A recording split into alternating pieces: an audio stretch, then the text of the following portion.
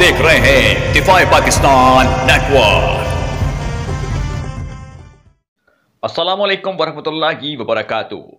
तहरीक-ए-लब्बैक पाकिस्तान के अमीर हाफिज साद हुसैन रिजवी को लाहौर से गिरफ्तार कर लिया गया है, जिसके बाद तहरीक-ए-लब्बैक पाकिस्तान के कारकुनान ने मुल्क के मुख्तलिफ मुकामात पर एहतिजाजी धरने शुरू कर दिए हैं। उन्हें माना, उन्हें माना, उन्हें माना, उन्हें माना,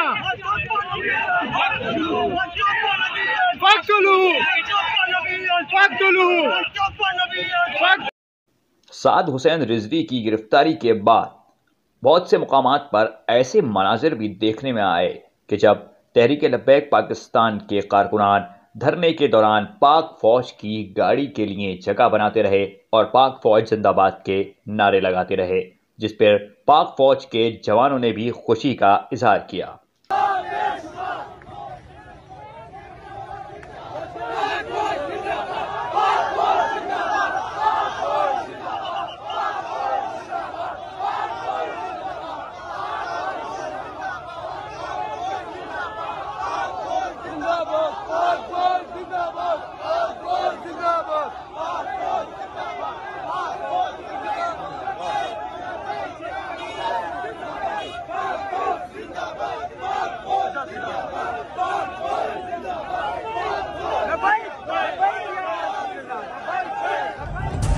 आप देख रहे हैं दिफाए पाकिस्तान नेटवर्क।